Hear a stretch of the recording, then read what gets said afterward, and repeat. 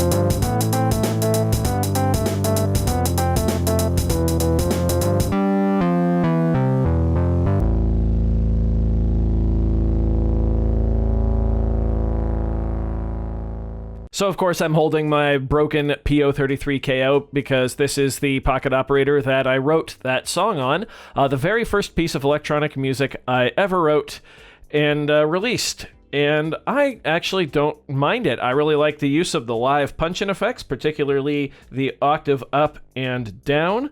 I don't know how I filmed the video. I don't remember it because there's no audio out connected to it. So, obviously, I did something right because I got the proper PO audio into the video and it all synced up. But yeah, a lot of fun. And I actually really don't mind this track at all. I think it's pretty catchy and it's a little different than what I'd make now. The next track I discovered that I want to show you is actually one that I have never released. It's an unlisted video on the channel. I made this sampling, at the time, one of my favorite band's tracks. The band is Drew of the Drew, and the track is called Forget Me. Unfortunately, the band is no longer together, but they were all killer musicians. My favorite guitarist, one of my favorite guitarists, Maddie Rice, was in the band. She just is a phenomenal player. She's actually the Saturday Night Live house guitarist, as well as I believe she's still on tour with Big Wild. But just a phenomenal player. But they had this cool song called Forget Me, and I decided to sample it, and I really didn't know what I was doing. Enjoy this one. And once again, I'll talk a little bit about it after.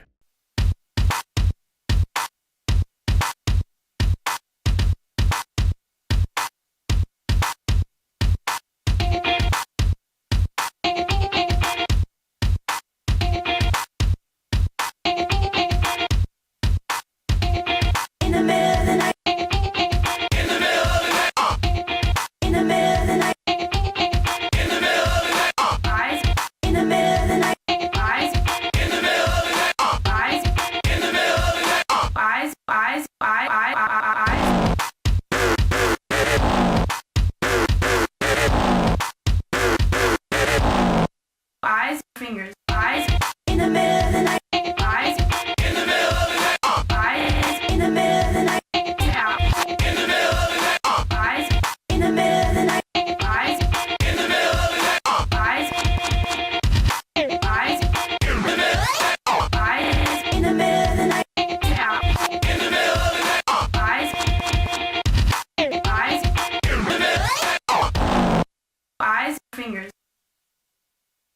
Okay, so very different than the first track. Certainly not my best work.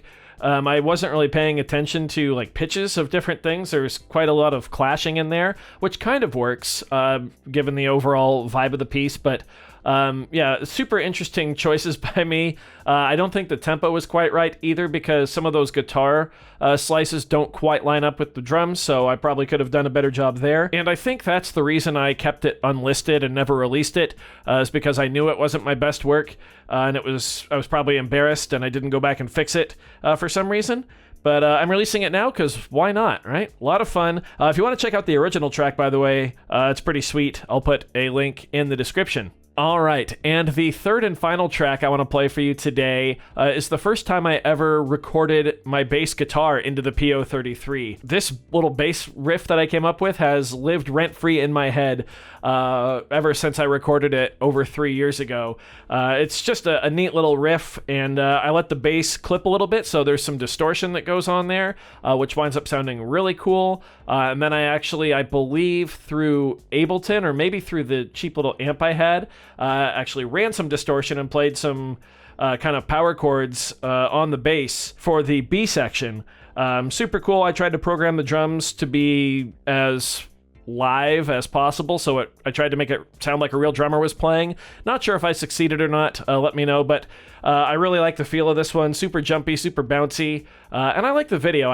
This was one of the first times I think where I went out and tried to film like in a nice, pleasant location to look at.